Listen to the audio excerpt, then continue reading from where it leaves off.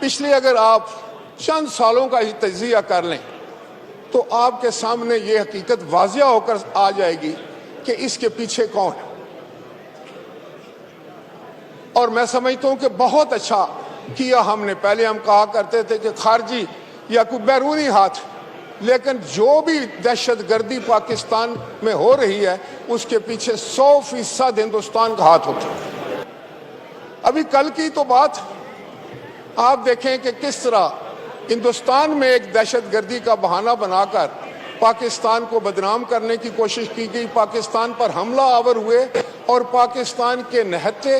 اور معصوم شہریوں کو قتل کیا، شہید کیا۔ یہاں پر بھی پھر میں خراج تحسین پیش کروں گا اپنی افواج کو، ان بہادر کمانڈروں کو، سپہ سالار کو، فیلڈ مارشل صاحب کو، کہ جن کی سربراہی میں ایئر فورس نے،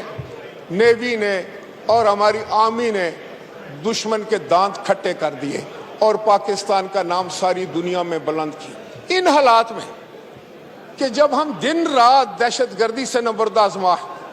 شاید ایک دن بھی انہوں نے ہمیں چین سے جو ہے وہ دن گزارنے نہیں دیا، اور پھر اس کے بعد جو ہے کچھ ناقابت اندیش لوگ دشمن کے ہاتھوں میں ہی کھیلنا شروع کر دیتے ہیں اور اپنی افواج اور اپنے اداروں کے خلاف ہی پروپیگنڈے کا شکار ہو کر ان کے خلاف جو ہے وہ باتیں کرنی شروع کرتے ہیں۔